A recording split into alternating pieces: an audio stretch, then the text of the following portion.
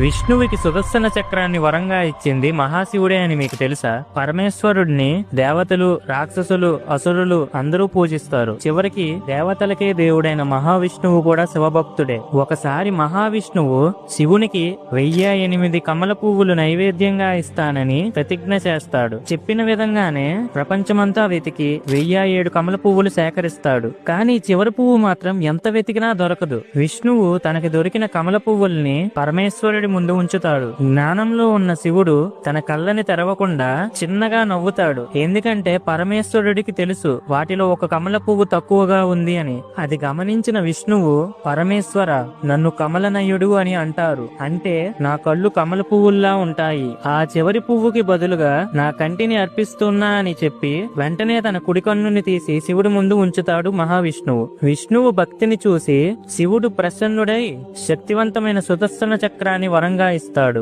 Friends, ఓం నమః శివాయ అని కామెంట్ చేయండి. Download ShareChat.